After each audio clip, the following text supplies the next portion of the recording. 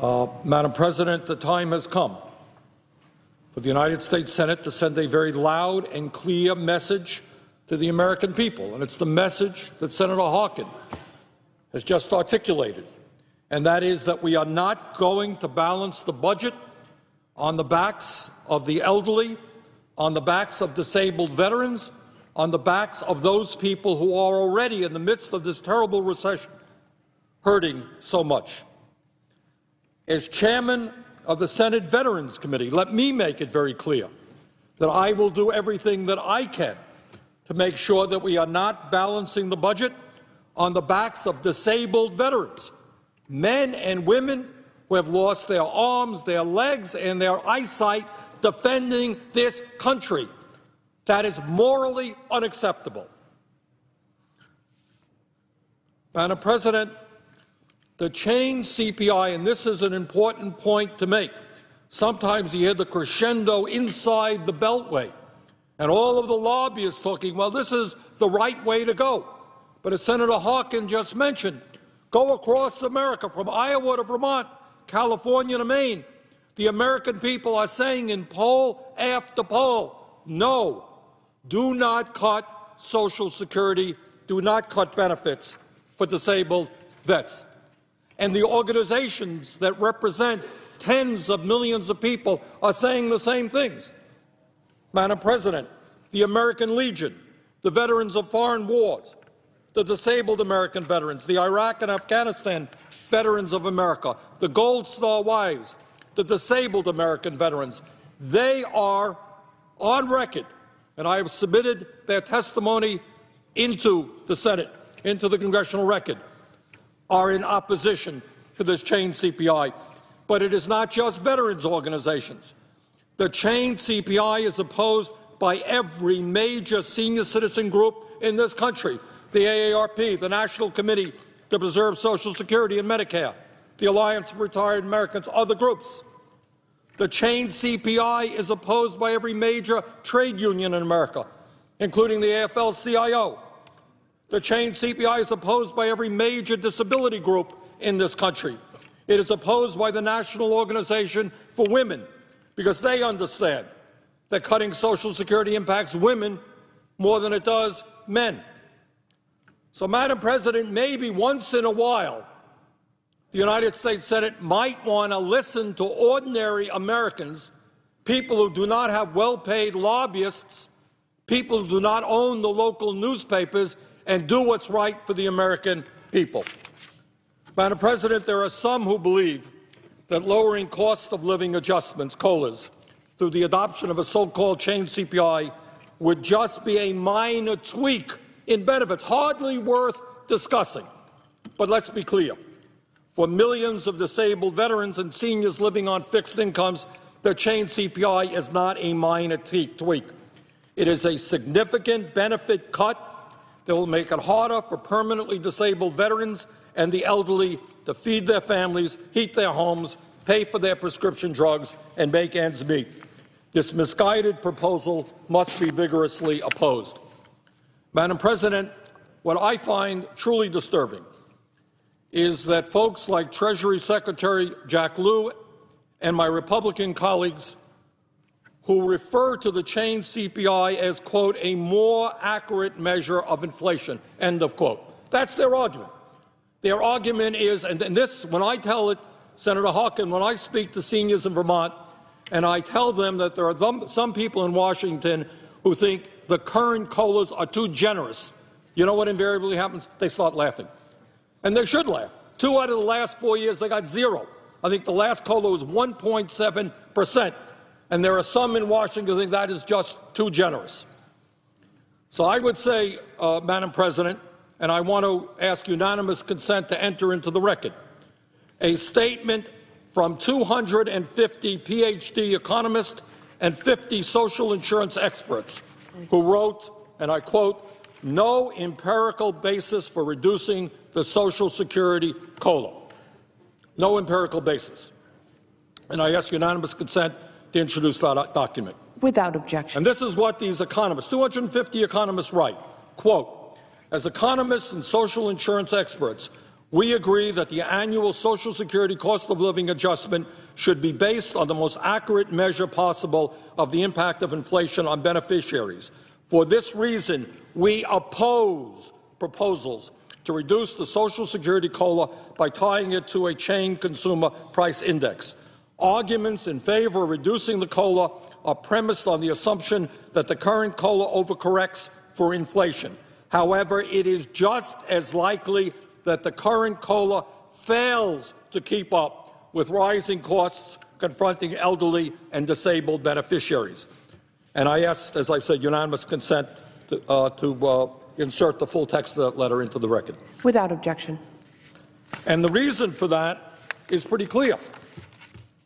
If you're a senior citizen or disabled vet, the likelihood is you're not just buying iPads or flat-screen TVs or other types of things like that. What are you buying? You're buying health care, you're buying prescription drugs, you're trying to heat your home. And for seniors' purchasing habits, in many ways, inflation has been higher, not lower, than general inflation. Madam President, as Senator Harkin made reference to, let's be very clear. There are millions and millions of seniors who are economically struggling to keep their heads above water, to buy the prescription drugs they need, to pay for the health care costs they need, to keep their homes warm in states like Vermont or Iowa in the winter.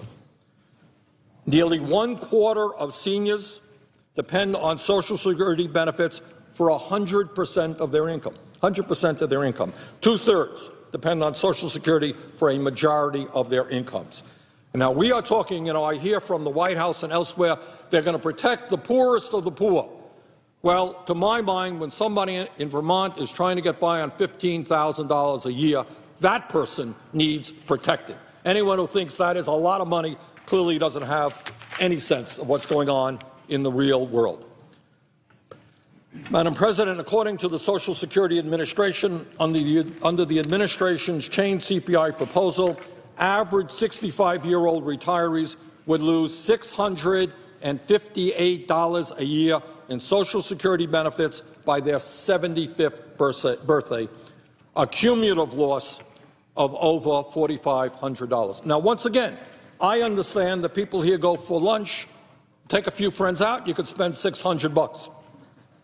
But for senior citizens struggling on $14,000 or $15,000 a year, $658 is a lot of money and means the loss, if you don't have that money, of very, very basic needs.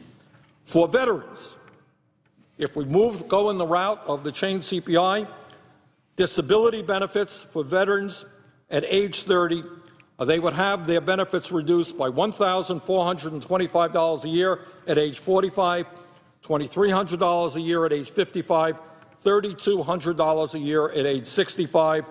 Benefits for surviving spouses, the wives who lost their husbands in Iraq and Afghanistan, and their kids would also be cut. And I think as a Senate, as a Congress, we should take a deep, deep breath if we think we should be balancing the budget on those people who have already given so much to this country.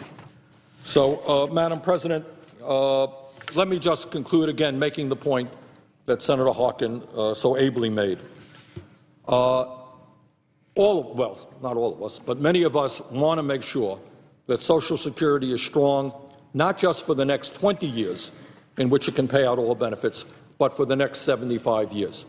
And the way you do that is not to cut benefits, but the way you do that is exactly as Senator Harkin has suggested, as I have suggested, many other people have suggested, and that is understanding there's something absurd when somebody who makes $5 million a year contributes the same exact amount of money into the Social Security Trust Fund as somebody making $113,000 a year.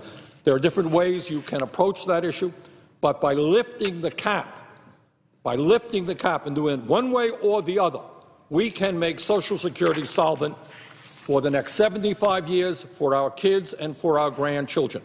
Last point, Senator Harkin, you have been a leader on this issue, pointing out how many Americans have lost their pensions. We are probably in worse shape than at any time in the modern history for the average person to go into retirement. Social Security is and has been the pillar for those people. They've lost their pensions. Their 401ks have also been troubled. Social Security has been there for the last 75-plus years. In good times and bad times, paid out every nickel owed to every eligible American. People are nervous about their retirements. Let us, Madam President, stand united and say we are not going to cut Social Security benefits for seniors, for disabled vets.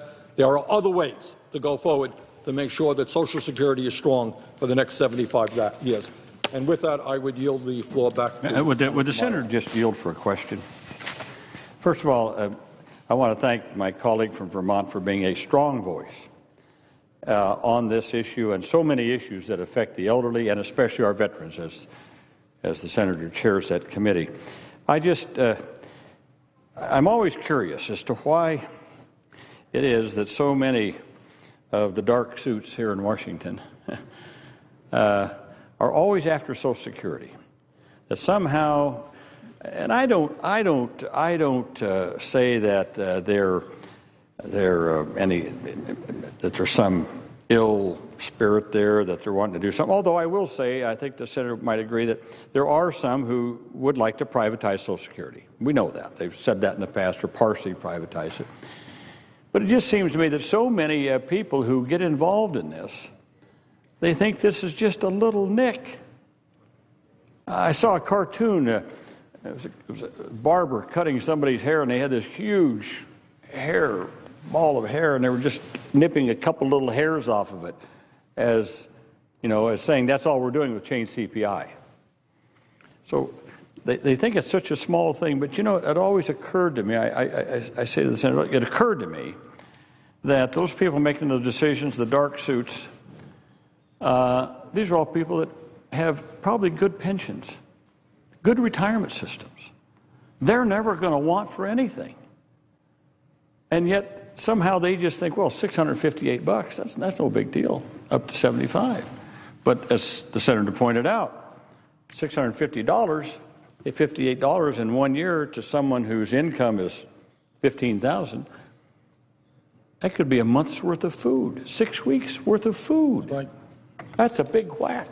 So I just asked the senator again, what any thoughts on I do. on why it is that we can't seem to go out and listen to people and come up with some other kind of an approach on this rather than getting this change seat? That's a very important question, and let me answer it in several ways. First thought, let's be clear. We have some colleagues in the House and in the Senate who believe not just that you should privatize Social Security, not just that you should cut Social Security, they believe that the concept of government assistance in terms of retirement or government programs in terms of health care, they believe they're unconstitutional. They don't believe the government should be there. That if you're elderly and you have no health care, sorry, hey, you're on your own. So that's number one. There is a philosophical belief on the part of some that what government does should be very, very limited, and we should not be there to make sure that when the elderly people reach retirement age, they have security. The second issue, I would say, Senator Harkin, is one of the consistently, and this has gone on for years, long-term opposition to Social Security. You know what it's about? It's because Social Security has worked so well. If you hold the belief that the government is terrible, the government is awful, the government can't do anything, and you have a program which for 77 years has paid out every nickel owed to every eligible American, has a very modest administrative cost, is very, very popular among the American people, and you don't believe in government, that's a bad thing. So you got to start cutting it and doing away with it. Third point that I would make, again, no secret here. We have a significant deficit, and we have choices to make as to how we deal with the deficit. I think that when we lose $100 billion every single year because corporations stash their money in the Cayman Islands and in other tax havens, maybe we might want to ask them to start paying their fair share of taxes rather than cutting Social Security. But we have colleagues who are much more interested in the well-being and the profits of large corporations than they are in the needs of seniors. So those are some of my answers to you. Well, a couple of thoughts I just say to my friend from Vermont, those who say it's unconstitutional to do those things. I wonder if they ever read the preamble to the Constitution, which is, by the way, a part of the Constitution of the United States. We, the people of the United States, in order to form a more perfect union, establish justice, ensure domestic tranquility, provide for the common defense, promote the general welfare. That's part of the Constitution of the United States. Of course. So now how we do that obviously can vary from time to time, generation to generation. But the idea that we are here to promote the general welfare as a federal government is clearly in the Constitution of the United States. Secondly, the senator, in his statement, pointed out that the idea that Social Security, that this is really a trust fund. People pay into it, they take out. Now, again, it's had some problems, but I asked the senator, if unemployment today were down to less than 5%, say 4%, what would the Social Security Trust Fund look like? It would be much larger than it is right now because more people would be paying into it. And so that date, that 2032 date, if we make no changes, they say Social Security will pay 100% out up until 2032, I believe it is now, something like that. That if, in fact, we reduce unemployment down to, say, less than 5%, that 2032 becomes 2050, 2060, 2070, and on. That's right. But I think the point has to be made, and I see Senator Durbin here on the floor as well, and he's made this point, is that we can argue about how you go forward on Social Security, but we should be clear, Madam President, Social Security hasn't contributed a nickel to the deficit. That's right. Because it's funded by the independent payroll tax. So it is a reasonable question as to how we make Social Security solvent for 75 years rather than just the next 20 years. That's a good debate, and you and I have similar ideas on how we should tackle that issue. But it should not be considered as part of the deficit reduction effort. And it disturbs me very much because the administration has acknowledged that reality. And we have heard from them over the years that say, yeah, we want to deal with Social Security, but not part of deficit reduction. It bothers me that they have now injected Social Security into the deficit reduction debate. One last thing I'd say to the Senator, he mentioned that we have a deficit. We do. We have to address it. We all agree with that. Senator pointed out the offshore havens, businesses not paying their fair share of taxes. I might ask the Senator also one other question. Isn't it a fact that, well, the estimates vary, but $1 trillion is not stretching the truth to say that the war in Iraq cost us somewhere close to $1 trillion? I would say that most estimates suggest that if you look at both Iraq and Afghanistan, it may be 3 times that number. Well, I don't know, but I've seen estimates up to $1 trillion just about Iraq only. So that was all borrowed money. So that has to be paid back. Yeah. So we're going to make the elderly and the poor and the students and the veterans pay for that? Well, I would say you make a very, very good point. And I often point out to my Republican friends that you're looking at myself and I think yourself as some of the major deficit hawks. Our friends today who want to cut Social Security in the name of deficit reduction apparently didn't have a problem with the deficit when they went to war in Iraq and Afghanistan without paying for those wars, when they gave huge tax breaks to the wealthiest people in this country without offsetting those tax breaks. So your point is very well taken. Thank you, sir. Okay. Are we, yield back? Okay. I would yield back the floor. Fine. President. Senator from Illinois. Madam President, before I yield the floor to the Senator from Arkansas, I would like to again make the point that I made earlier. Pending before the Senate is S-743. This is the Marketplace Fairness Act, co-sponsored by myself, Senator Enzi, Senator Heitkamp, Senator Alexander, and others. This matter is now pending before the United States Senate, and we're asking all members with amendments to please bring them to the floor. I know the Senator from Arkansas has heard that call, and that's why he's here. But we want to move this forward. We want to have an active debate on this issue, and we're asking our colleagues not to put it off. If we want to wrap this up in a timely fashion, we need their cooperation. So I urge all offices, if you have an amendment, please come to the floor and discuss it with Senator Enzi and myself, and I yield the floor. Madam President. Senator from Arkansas. Madam President, I want to talk about Amendment 740, which is an amendment I'm doing with Senator from Missouri, Senator Blunt. We understand that there will be an objection to this, so I'm not going to ask unanimous consent to call it up at the moment, and hopefully one of our colleagues will show up here in a few minutes to do that.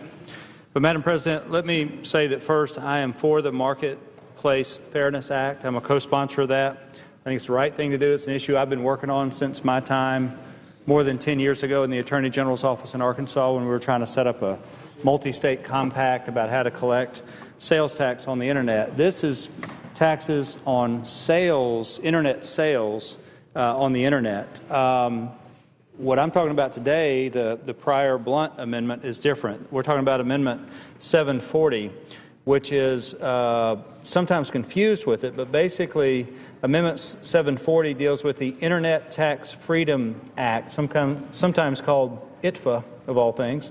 But nonetheless, basically it does just a few things. First, it makes it clear that online retailers will not begin to have to pay additional tax just for doing business online. And so the way this works, Madam President, is that right now states and cities and counties, et cetera, are prohibited from taxing Internet service. We're not talking about sales tax, we're talking about Internet service on the Internet service itself. And this is a moratorium that's been around for a long time.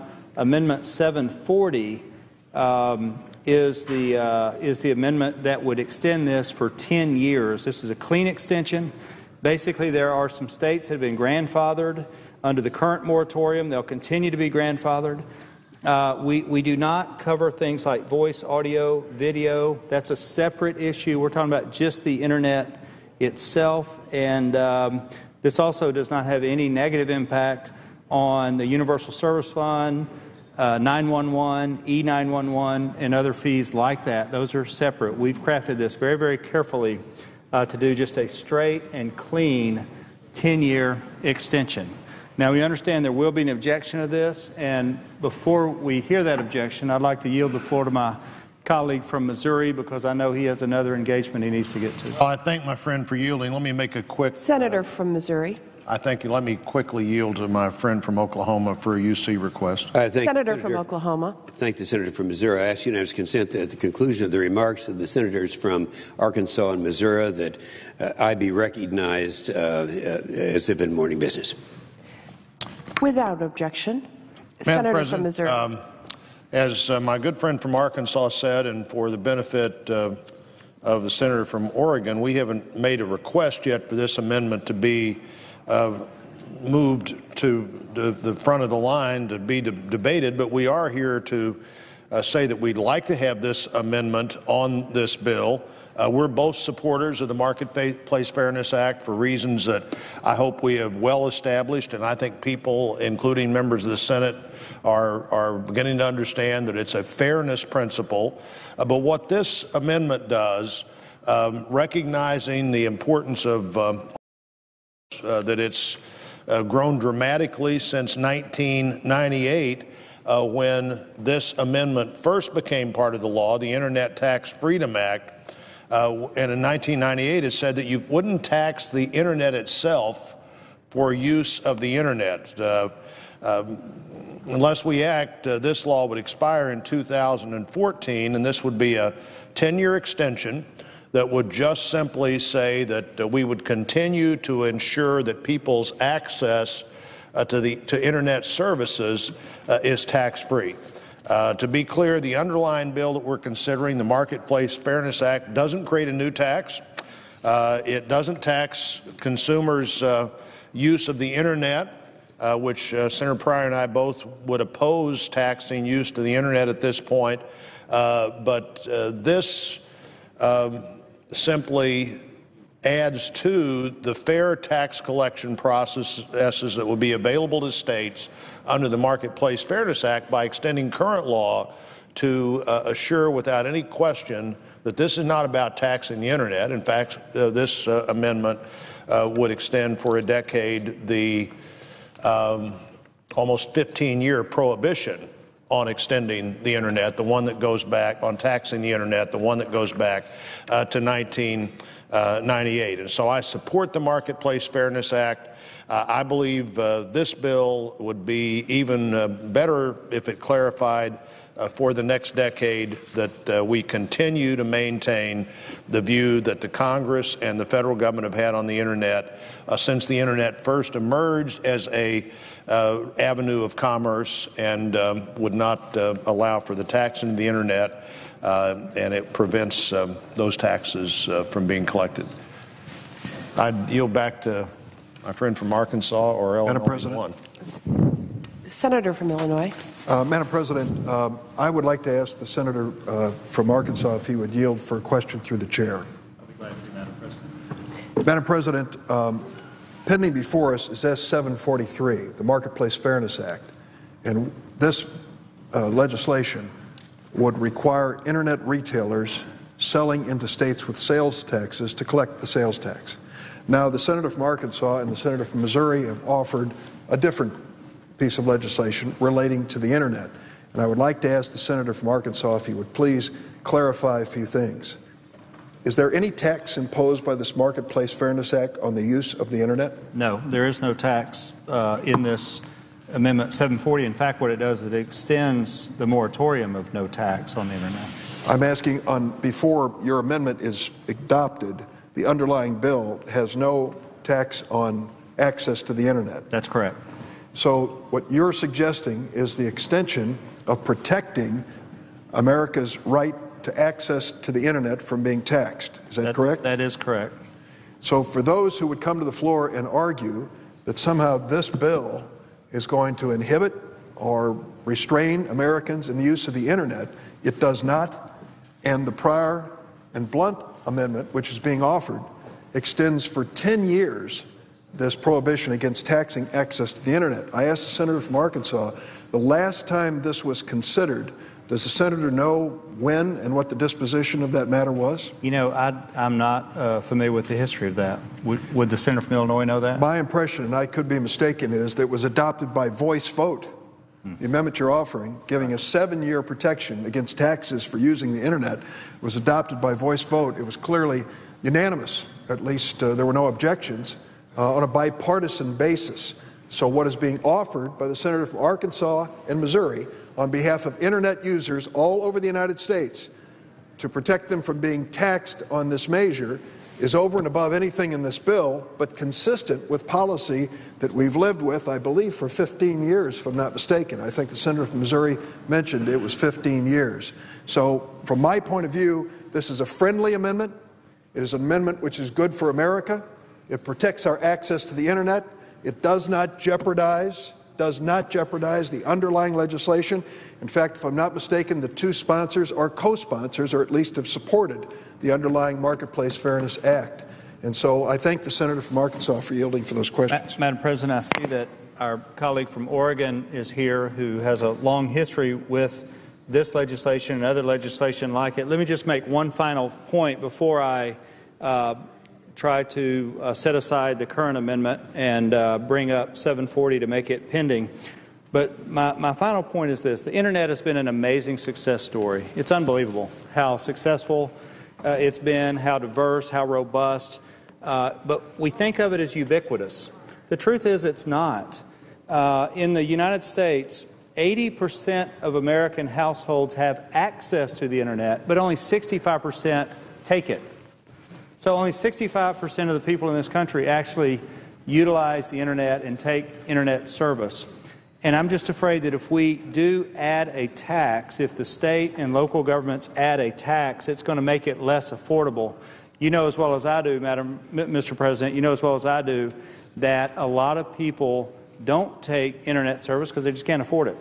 And I'm afraid that if we allow state and local governments to tax access to the Internet, to tax the service itself, then we're going to see that effort hurt even more. So what I'd like to do, Mr. President, is I'd like to ask unanimous consent that we set aside the pending amendment and call up Amendment 740 to make it pending. Reserving the right to object, Mr. President. Is there an objection? Reserving the right to object. Senator from Oregon. Thank you, Mr. President. I do this just to have a colloquy with my friend from, Arkansas. I want him to understand I have stayed off the floor of this body for really well over a day for the sole purpose of trying to see if we can bring both sides together on this issue. I think that's important, and I've already acknowledged that I'm willing to look at how we could bring both sides together, recognizing the Quill, decision. And I've already said that I'd look at compacts between states and things of this nature. And I have made repeated offers to the advocates of this bill, offering specifics on paper, and essentially nothing is offered in return other than we've got the votes and we're going to coerce you as Oregonians to go along with this. So what I want to do just for a moment is explain why I have to object. I think the Senator knows I authored the Internet Tax Freedom Bill here in the Senate back in 1998, and I did it because I thought it was important to have a defense shield against potentially thousands of taxing jurisdictions singling out the Internet for these kinds of taxes. And regrettably, the underlying bill is going to be a targeted strike on the Internet. It's not going to be a defense shield. It would, as it stands today, serve as an amendment that would undercut what we sought to do back in 1998.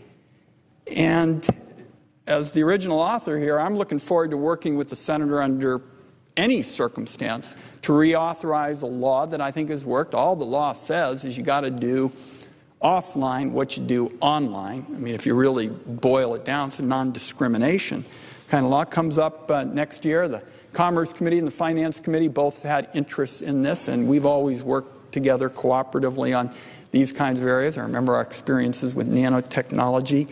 And I just want to say that I'm going to have to object at this time.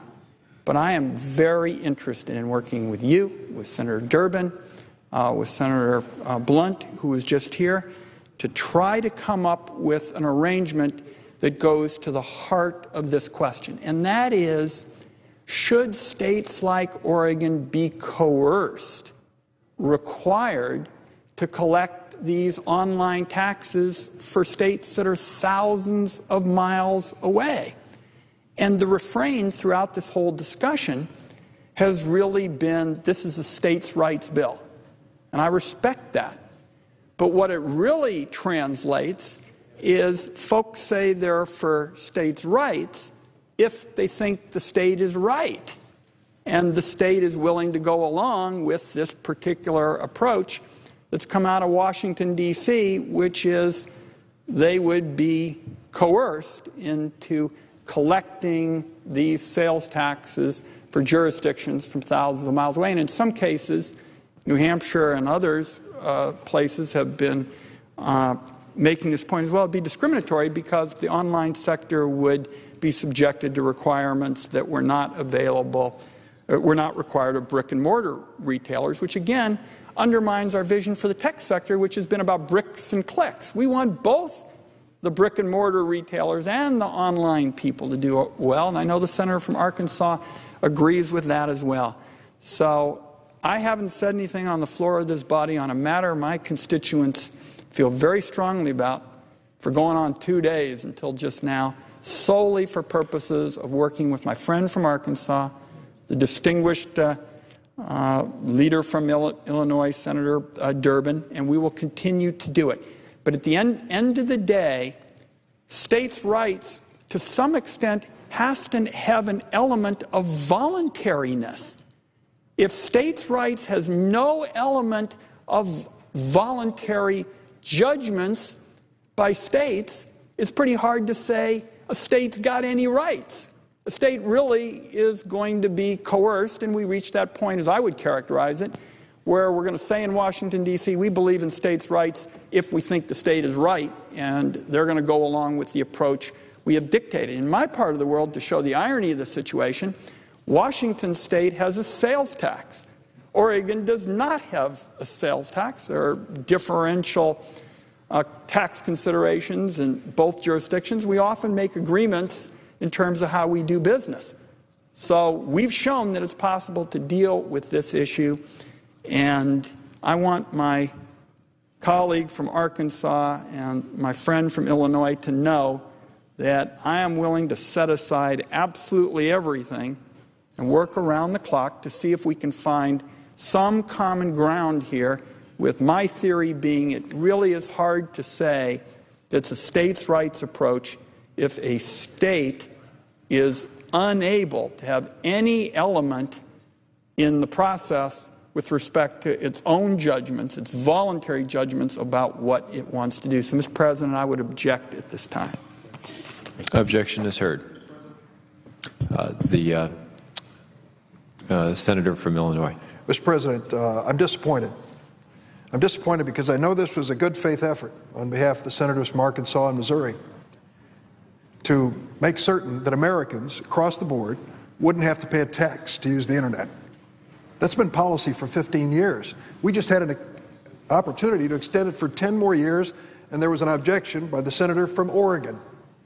Now, I know in his heart of hearts that he didn't want to object, because I know his commitment to the internet, what it's made, difference it's made in this country. But here's the problem he faces and the reason he objected, if I can try to interpret what he just said. There are 5 states in America with no sales tax. 5 states. No state sales tax in Alaska, Oregon, home state of the senator, Montana, New Hampshire, and Delaware. No sales tax. Now, that means the people living in that state, because that state has decided that there'll be no sales tax, the people living in that state that make a purchase at a store pay no sales tax, visitors as well, no sales tax, and those who buy things over the internet in that state don't pay a sales tax either. That's the state's decision. We don't change that a bit. If this underlying bill passes, that will continue. There is no coercion, which the senator from Oregon uses as his term, no coercion on the state of Oregon to impose any sales tax on their citizens or the people buying in their state. It is their state right to decide. What this bill, though, does impact is the internet retailer in Oregon selling products in the state of Illinois. Nike, Columbia. When they sell products in the state of Illinois, the Supreme Court told us Congress has to decide. If they sell a product in the state of Illinois to an Illinois consumer, do they have to collect the sales tax, the Illinois sales tax? That's what the bill says. That's all it says. So at the end of the day, here's the question. If you're Nike and you're located in Oregon, and you decide to do internet sales, which I believe they do, but you also decide to have Nike shops available, we've seen them in malls, what's the law going to be? Well, you know what the law is going to be if you're Nike and you want to come and open up a shop in a mall near Chicago. You play by the rules of Chicago and Illinois. If we require certain filings with our government, if we require that you pay certain property taxes, if we require that you collect certain sales taxes, rules of the road. You want to do business in Illinois? You play by Illinois rules. Same thing holds true if I wanted to open a business in Oregon. I play by Oregon rules. Now the question, if you don't physically locate in Illinois but sell into Illinois, do you still have to play by Illinois rules? That's what this bill says. That's not coercion. Nike can decide they don't want to sell in Illinois because they don't want to collect a sales tax in Illinois. That's their business decision. Let it be. But if they want to come and use the customers in Illinois to make a profit, all we're saying to them is collect the sales tax. Why? Because their competitors in Illinois, the families that have opened the shops and the stores, They're collecting sales tax every day from their customers. And they're finding people who are showrooming, walking into the running shoe store, trying on all the shoes and saying, just great, let me write something down here, see you later, going to the internet and buying those shoes over the internet without paying sales tax. What happens to the store that they just used to try on the shoes? Eventually, they lose business. Sometimes they go out of business. We're trying to level the playing field. No coercion. Oregon, make up your own laws for your own citizens and people who do business there. We don't change a word of it. But if you want to do business in another state, we are asking that you collect the sales tax of that state. In fact, we provide the software free for you to do it. I'm sorry the senator from Oregon objected to the Internet Freedom Bill offered by the senators from Arkansas and Missouri. It's a good one. It's one we would have liked to have seen part of this discussion. I hope before this debate ends that we get a chance to reconsider it. Mr. President. Mr. President. Point of order. Senator. Point of order, Mr. President. The senator from Oklahoma. Mr. President, I, by unanimous consent, was to be recognized after the conclusion of the remarks of the senators from Missouri and Arkansas. I would like to ask when that could be, because this is going on and on. Mr. President. Senator from Oregon. If I would ask unanimous consent to pose a question to my colleague from Oklahoma. No objection. Mr. President, if I would be able to engage the senator from Oklahoma, if with his leave I could take about 5 minutes or so, no more than, to respond to the points that Senator Durbin has just made, that would be the end of my time, and I believe the senator from Oklahoma would be next. Is there objection? Mr. President, I do not object to that, but I would ask the senator from Arkansas if he has any objection to that. I just want to be sure to get in the queue sometime here. No. Mr. President, just very, very briefly to respond to the comments made by my friend from Illinois. This legislation has nothing to do with Nike. Nike, of course, is a very large company, has stores and trucks and physical presence all over the United States. They pay taxes because of that physical presence under the Quill decision. So the comments by my colleague from Illinois are very unfortunate because they really misstate what this debate is all about. This debate is about the little guy. And later on this afternoon, Senator Merkley and I are going to come to the floor of the Senate and actually read accounts from small businesses here in our state. They're people who don't have physical presence all over the country, and they're scratching their head this afternoon, and they're saying to themselves, how in the world are we possibly going to be able to comply with this, because in a difficult economy, we're barely able to make ends meet. We're going to have to go out and spend time and money and staff figuring out how to do this. So that's what this is about. Are we going to take something like our current policy, which is a defensive shield against discriminatory treatment for these tech-based online businesses, and turn it into a targeted strike on them, which the legislation does? Or are we going to work together, which is what I've tried to do pretty much nonstop since Monday, to see if we can find some kind of common ground? And part of the challenge is we have to get some equity even in terms of the amendments, because it looks like one side is getting to offer theirs and another side may be foreclosed. So I'm going to continue to try to reach out to colleagues on both sides of this debate. But I appreciate very much the courtesy of my friend from Oklahoma, because I just had to clarify that this amendment is about the small, innovation-oriented, businesses that we think are the future and have been the center of this debate since it got going. I thank my colleague from Oklahoma for his courtesy. Mr. President, I yield. Mr. President. The senator from Oklahoma. Mr. President, my good friend from Pennsylvania, Senator Toomey, and I have had an amendment that we put forth some time ago, several weeks ago now, back in the time when we did not know for sure whether or not sequestration was going to become a reality. We have some comments to make about that. I will be yielding to the senator from Pennsylvania in just a moment, but I first want to make an observation here that anytime a bureaucracy is forced to cut, they will find the one thing that the people of America want most, and that's what they will cut. And there's no better example of this than the FAA. And I went around with them for quite some time on the Pilot's Bill of Rights last summer. We were able to get something done, but I know they're a very powerful agency. There's no question about that. But just to give you an example of that, the FAA began furloughing traffic controllers and others too back just on April 21st. Now, this is what's interesting, and you have to really pay attention to this. The cuts that were going to come to the FAA through sequestration amounted to 5% of the FAA's budgets, bring it down to 2010 levels. Now, this is what's interesting. The FAA operations budget has grown by 109% since 1996. That's more than double since 1996. Now, on April 22nd, the first day after the furloughs took effect, over 400 flights were canceled and nearly 7,000 flights were delayed.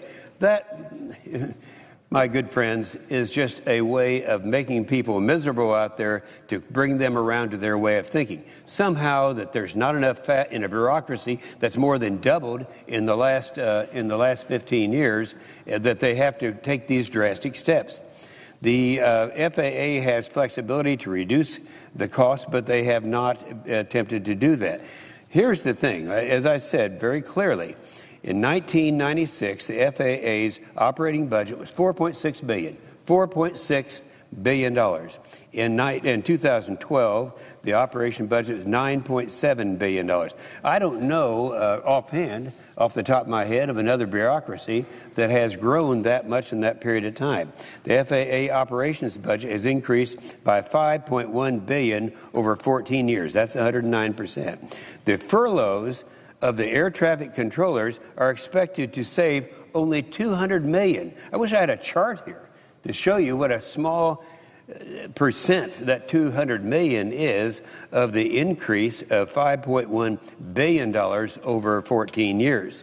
So I think it's very important that we talk about that in light of some of the things that we're trying to do with sequestration. Now, that was the FAA. Unfortunately, it's our defense system that's been taking all the hits.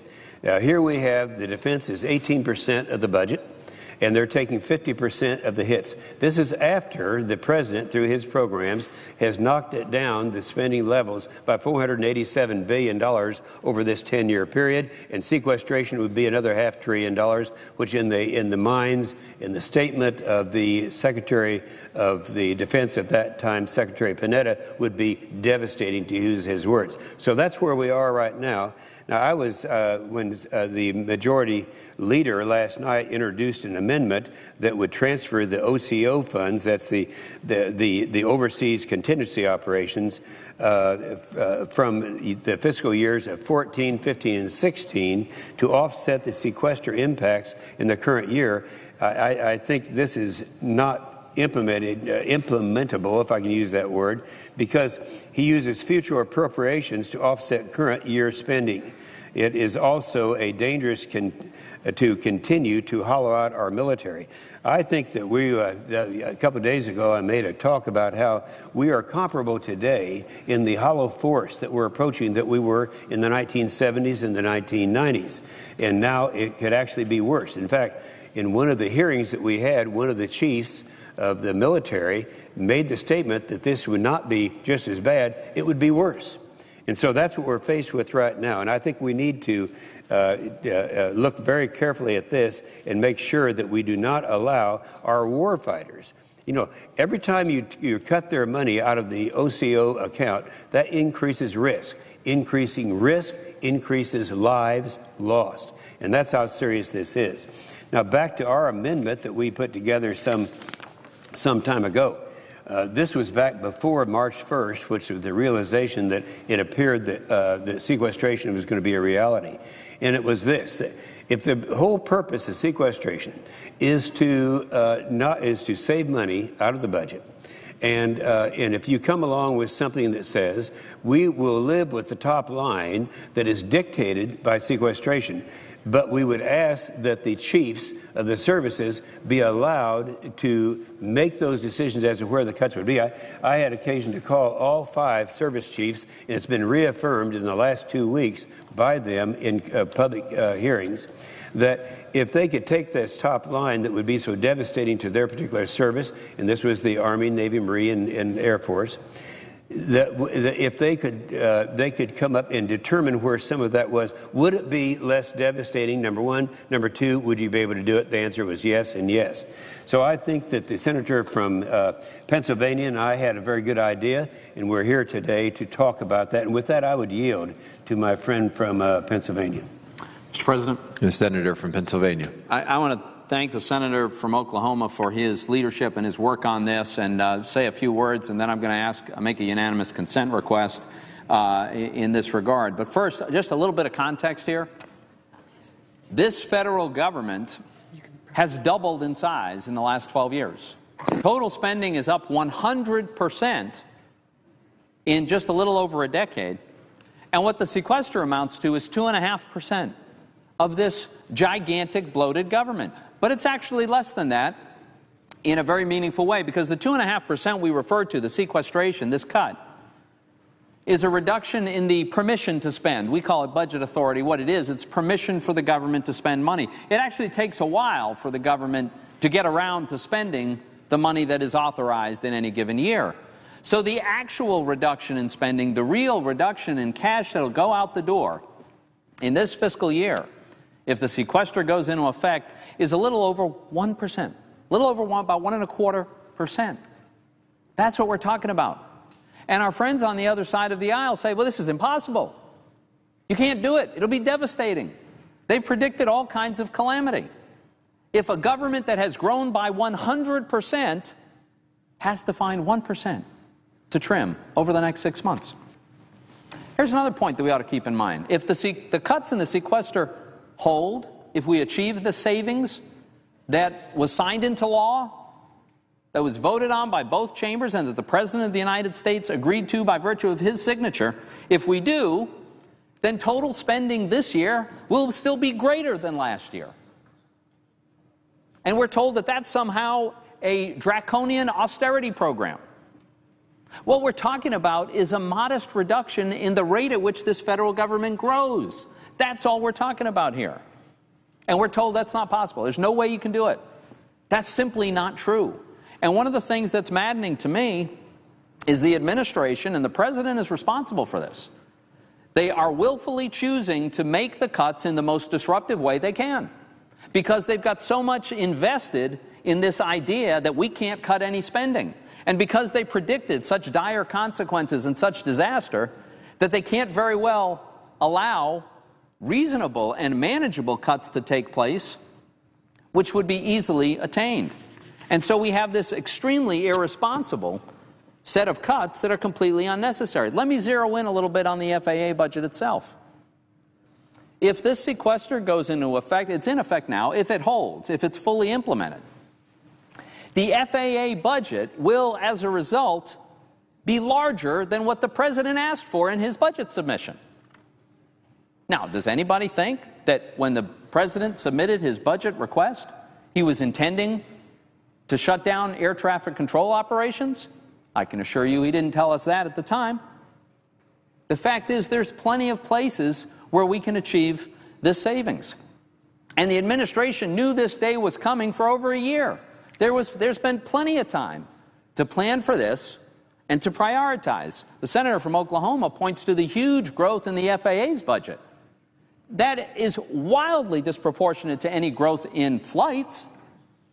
There's plenty of opportunities to achieve the savings, as evidenced by the fact that the President never asked for all this money. Let me give you a few examples of places where the President, within the FAA budget, could be tightening belts so that we don't have to furlough air traffic controllers. For instance, the FAA spends $540 million a year on consultants. That's nice. Not sure all of that is as important as keeping planes flying in the air. The FAA operates a fleet of 46 aircraft. That costs $143 million a year. It's very nice indeed. Probably not as important as making sure that planes are coming and going from LaGuardia. and Kennedy and Newark and Philadelphia and Pittsburgh and across the country. The FAA budget includes $1 billion more in grants for airport improvement things. Now, I'm a pilot. I fly in and out of lots of airports. And it's great when a nice little airport has a new taxiway. Terrific. But is it really as important as keeping our air traffic controllers there on the job? These are the kind of trade-offs that we ought to be making. And so my Republican colleagues and I, we've been offering a wide range of solutions to this. Senator Blunt had the idea that maybe we ought to treat federal workers in this context, the context of the sequestration, the same way we do in other emergencies, and designate essential workers. That makes some sense to me. That I think would make a lot of sense. Jerry Moran has another idea for how we could address this. Senator Inhofe and I introduced the bill before this sequester went into effect. And what we said was, let's give the president the maximum flexibility, right? The reason that they say they have to lay off or furlough air traffic controllers is because they just don't have any choice. The law requires it. Except they didn't want the change in the law which would have given them the choice. Senator Inhofe and I had a bill that would give the administration complete flexibility. Now, I say this because I pointed to a number of areas in the FAA's budget where I think they could find the savings, avoid furloughing air traffic controllers, but under the approach that Senator Inhofe and I suggested, they wouldn't be limited to finding the savings within the FAA budget. They could look anywhere in the government for the lowest priority spending, the most wasteful spending, the least necessary spending, or perhaps redundancy and duplication. I'll just give another few examples. The GAO has discovered that throughout the federal government, we have 47 different job training programs. Does anyone really think that we need 47 of these? And that by consolidating them, maybe we could save some overhead, some administration? Maybe some of them don't work so well? How about the fact that we have 94 different green building programs? 94 programs. 679 renewable energy programs. This is all over the government because we've never bothered to really scrub this and come up with the savings we could achieve. Oh, we've seen the ideas. Senator Coburn from Oklahoma has offered all kinds of ideas. Senator Lee from Utah, all kinds of places where we can save. The fact is, especially in a government that has grown this big, we absolutely can find the little tiny savings that are required in the sequester so that we don't have to do it in a disruptive way. And that's why, Mr. President, I ask unanimous consent that the Senate proceed to the immediate consideration of Senate Bill 799. I ask unanimous consent that the bill be read a third time and passed, the motion to reconsider be considered, made, and laid upon the table. Is there objection? Reserving the right to object. Mr. President, Senator from Illinois. I listened to the senator from Pennsylvania, and I've heard his arguments, and I know he's convinced of his arguments. There are several things he didn't mention. The sequestration we're currently going through was a bipartisan decision. Both parties agreed to do it. In fact, the leadership on the Republican side and the leadership on our side of the aisle voted for it. It was to be the outcome if we didn't reach an agreement on the budget, and we didn't. And so now we're into sequestration. When he suggests it's only 1% of government spending, I would add a couple facts. We have exempted a long category of federal spending so that it will not be subject to these cuts. For example, we have said we will not cut the pay for our military 1 penny, so we exempted that part. When you take all the exemptions out, it isn't 1% of our budget. For the agencies affected, it's closer to 5% on an annual basis, and since there's only 6 months left in the year, it turns out to be closer to 10% that they have to cut to make the cuts for the remainder of the year. So 1% doesn't quite tell the whole story. Also, in terms of the number of people working for the federal government, the largest increase in federal employment in the last 10 years has been in the Department of Defense. Well, why would that be? 2 wars? That's why. When they talk about the increased number of people working for the federal government, don't overlook the fact that it's the Department of Defense and our effort to make sure the men and women in uniform were safe and came home safe. So when they talk about that increase, that's part of it. Here's what we've suggested. Instead of just shifting the furniture around in the room, let us avoid what we're facing. We are facing the reality today of 6,800 flights a day in America being delayed because air traffic controllers are being furloughed 1 out of every 10 days. We should avoid that. If not just for convenience, certainly for safety. I agree. And when it comes to cutting 70,000 children, little kids, out of the Head Start program, let's agree, we shouldn't be doing that. You get one chance at those kids to have a good education and a good life. Don't blow it because of a sequestration problem. Should we cut $1.8 billion out of the National Institutes of Health? Medical research money, $1.8 billion? No. This senator believes that is stupid, short-sighted and stupid. If we don't put money into medical research, then we're not thinking. America leads the world in medical research, and sequestration shouldn't put us further behind. So, what I'm going to make a unanimous consent request to do is to use the Overseas Contingency Operations account, an account set aside for future war, which we won't need because this president's bringing our troops home from Afghanistan as he did in Iraq. I will object to the unanimous consent made by the senator from Pennsylvania, and I will make my own unanimous consent after that. I object. Objection is heard. Mr. President, I ask unanimous consent that the Senate proceed to the consideration of calendar number 64, S-788, a bill to suspend the fiscal year 2013 sequestration and offset with funds from overseas contingency operations, that the bill be read 3 times and passed, and the motion to reconsider be laid upon the table with no intervening action or debate. Is there objection? Mr. President? Senator from Pennsylvania. Reserving the right to object, I'd like to explain what this amounts to. And let's be very clear. There's no money in the Overseas Contingency Operation Fund. This is barely an accounting device. You know what this really is? The proposal here is that we do away with the sequester and we thereby spend more money, and we just pretend that it's offset. But the fact is, this administration some time ago made a decision that had nothing to do with this sequester about the level of our involvement in Afghanistan. That has nothing to do with the sequester. The fact that we are no longer at war there doesn't allow us to spend money we don't have. You know what this would be? This is comparable. This would be completely, let me give an analogy.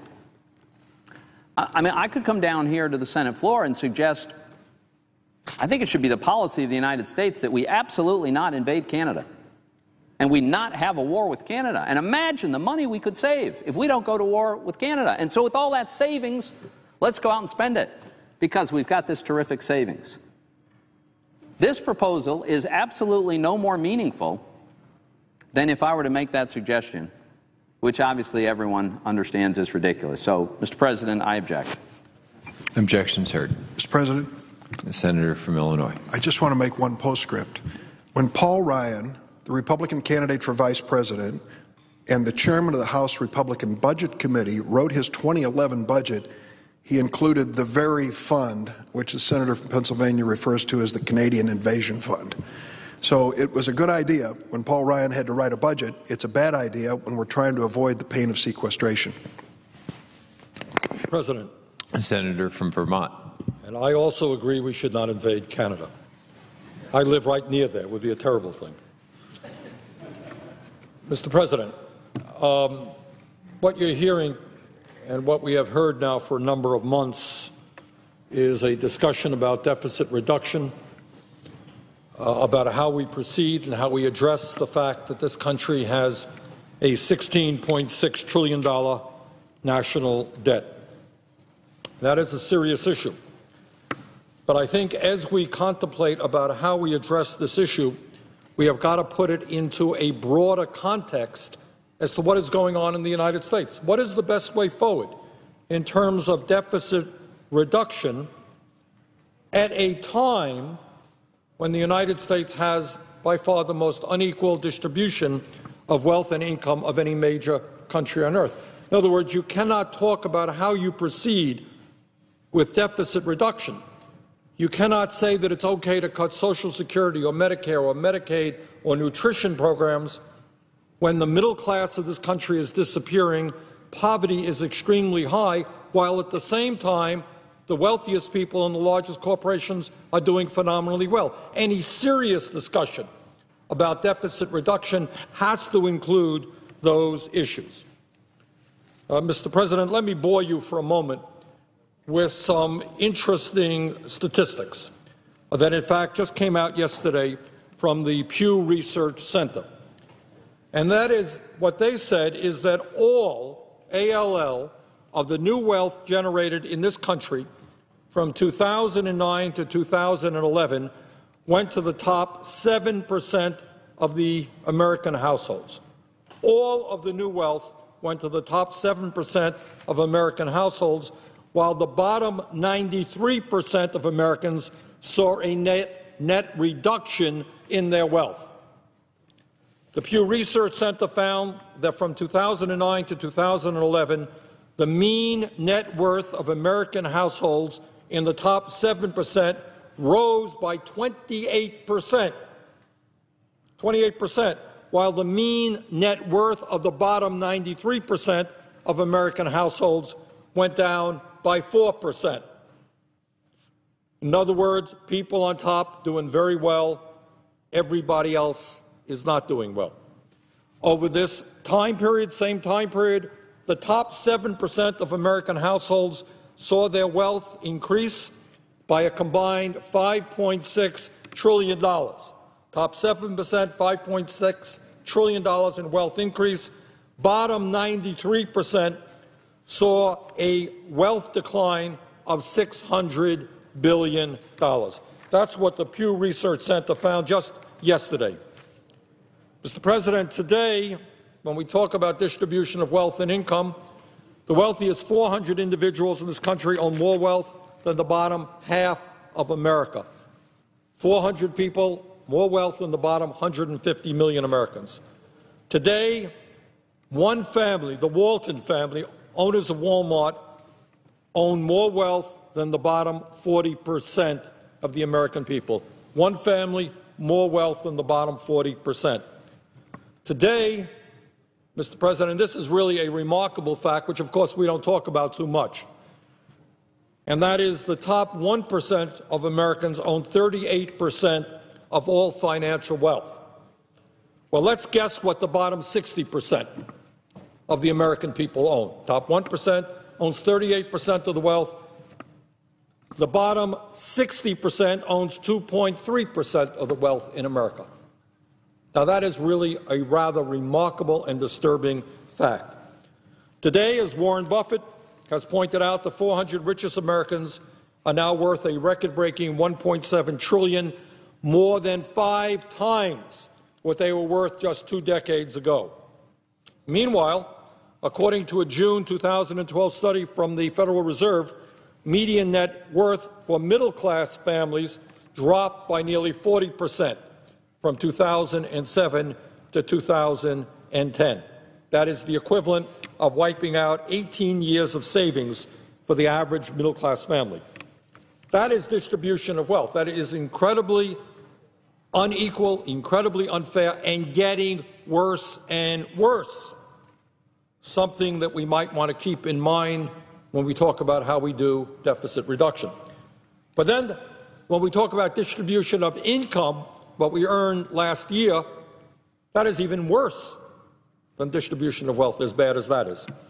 If you can believe it, the last study that we have seen on this subject, and this is really quite amazing, showed that from 2009 to 2011, all, ALL, all of the new income created during that time period went to the top 1%, while the bottom 99% actually saw a decline in their income.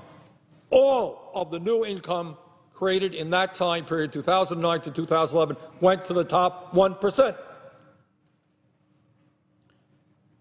Real unemployment today, Mr. President, is not 7.6%.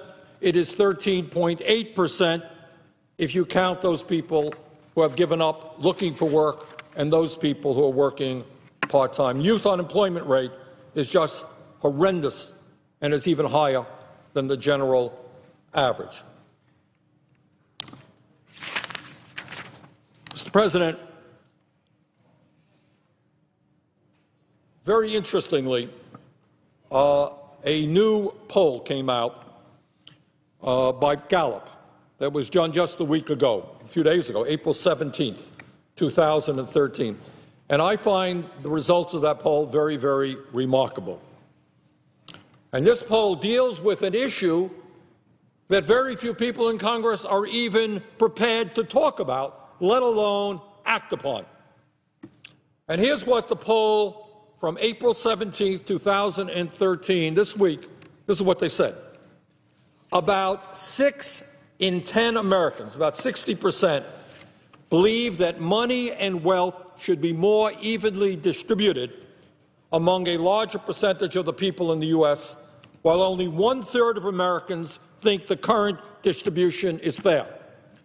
So when my friends want to cut programs for the middle class and give tax breaks to the rich, they should understand that about 60% of the American people already believe that we have an unfair distribution of wealth in America. And this is what is even more interesting, according to this poll, Gallup poll of a few days ago.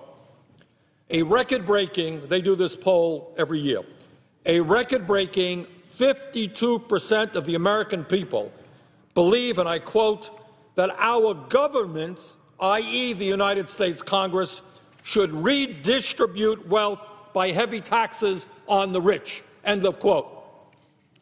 52% of the American people believe that. Now, how many members of the Congress get up there and come close to reflecting what a majority of the American people want? The American people know that the middle class is collapsing. They know that poverty is unacceptably high. They know that the wealthy and large corporations are doing extraordinarily well, and they want us to do something about it. But around here, forget doing something about it, we can't even talk about what the American people want us to do. American people are frustrated with Congress for a whole lot of reasons. And certainly at the top of the list is we are ignoring the economic reality facing the middle class of this country, the growing wealth and income inequality. They want us to do something about it, and I think it's high time we did. So instead of cutting programs for the middle class and giving more tax breaks for those people who don't need it, maybe we might want to do what the American people want and ask the wealthy and large corporations to start paying their fair share of taxes and protect working families. Now, interestingly enough, we hear from the wealthiest people in this country and from their organizations, but we hear from them is not, hey, we're doing really well. We know that this country has a whole lot of problems, and we are prepared to pitch in. We're prepared to help out with deficit reduction. After all, by the way, if you're on Wall Street, you'll remember that it was the American people who bailed out Wall Street. And we're prepared to reciprocate now in America's time of need. Unfortunately, what we're hearing is quite the contrary. Lloyd Blankfein is the CEO of Goldman Sachs. And this is what he said on November 19, 2012 to CBS. He said, and I quote, "You're going to have to undoubtedly do something to lower people's expectations, the entitlements of what people think that they're going to get, because they're not going to get it," end of quote. Mr. Blankfein and his friends at the Business Roundtable recently came out with a report. Now, the Business Roundtable is the organization representing the CEOs of the largest corporations. All of them make millions of dollars a year in salary or benefits. All of them have very generous retirement benefits. Some of them are worth hundreds of millions of dollars. And these people, Business Roundtable, Wall Street and other large corporations who are doing phenomenally well, they came forward and they said to Congress, you should raise the eligibility age for Social Security and Medicare to 70 and cut Social Security COLAs by adopting the so-called chain CPI. Wealthiest people doing phenomenally well. Wall Street gets bailed out by working families all over this country, And then these guys come back to Congress and they say, raise the retirement age for Social Security and Medicare to 70 years of age.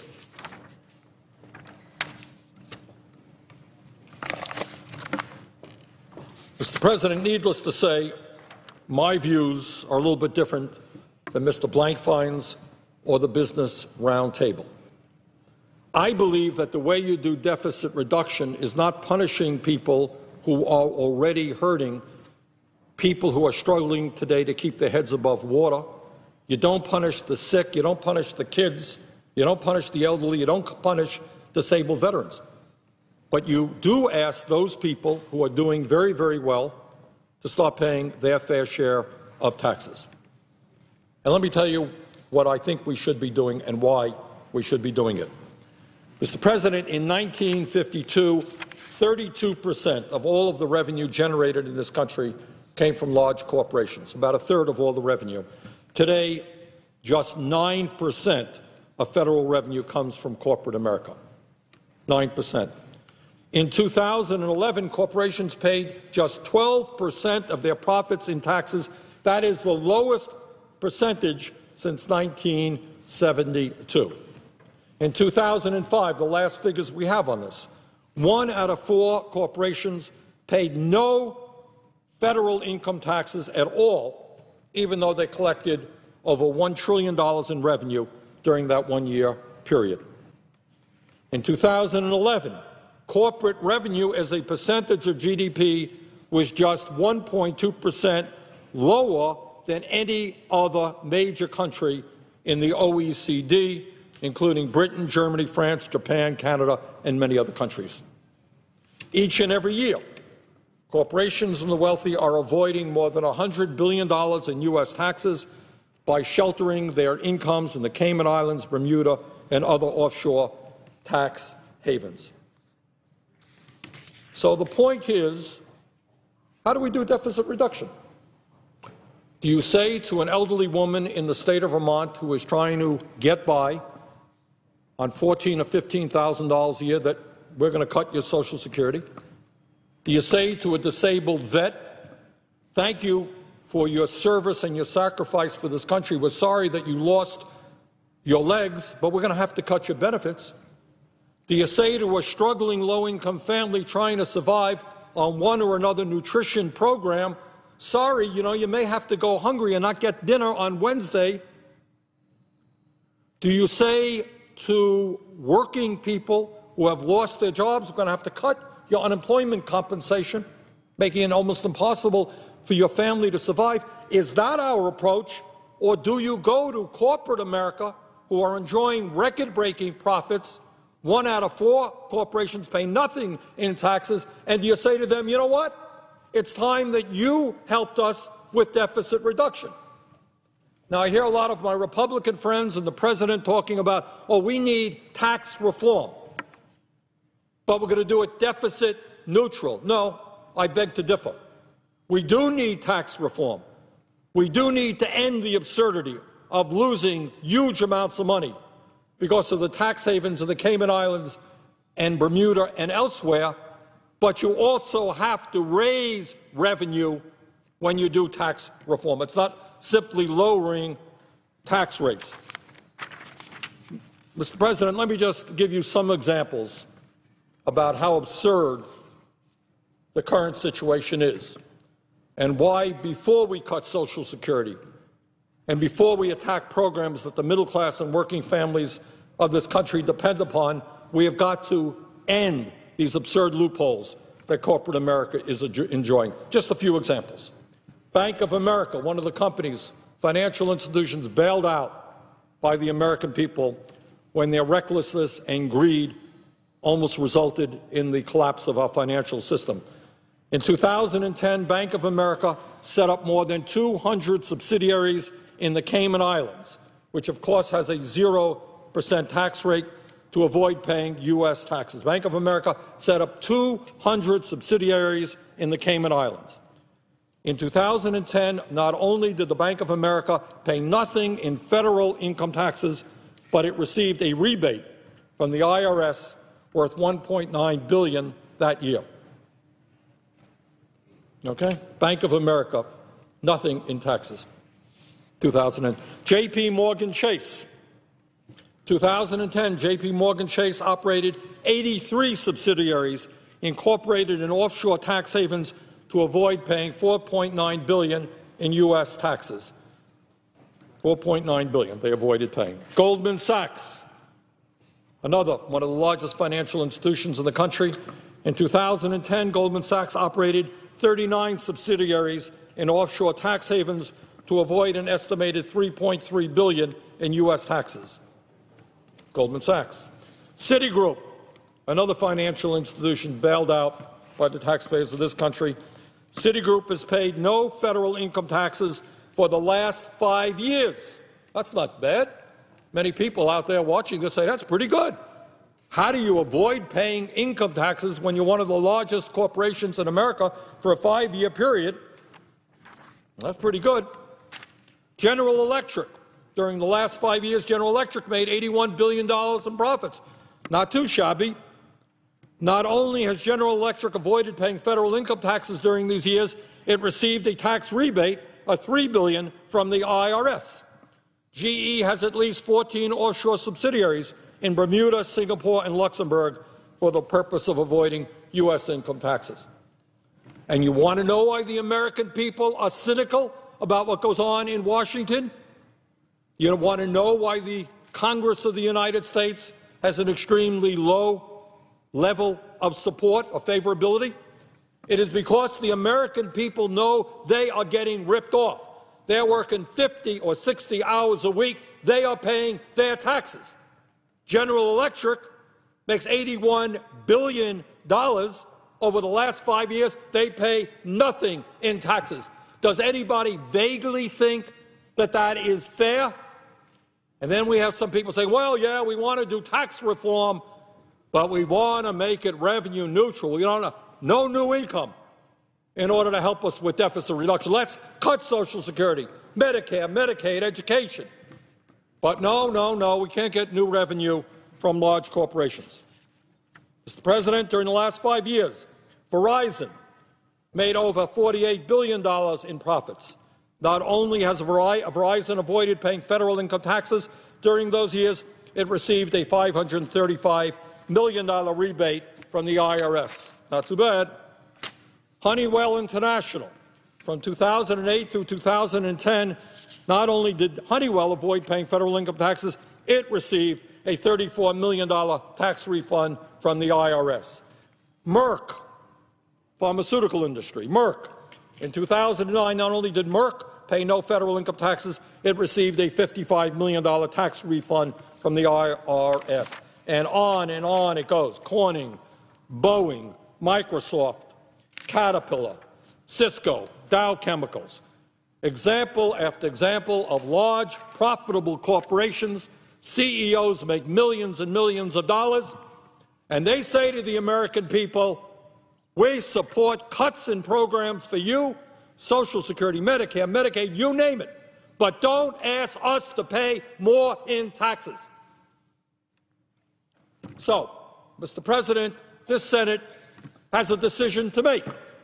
Do we occasionally, I'm not asking for much, do we occasionally stand up to the lobbyists and the campaign contributors and the big money interests and ask the large corporations and the wealthy who are doing phenomenally well to help us with deficit reduction, or do we continue to stick it to the working families and the middle class?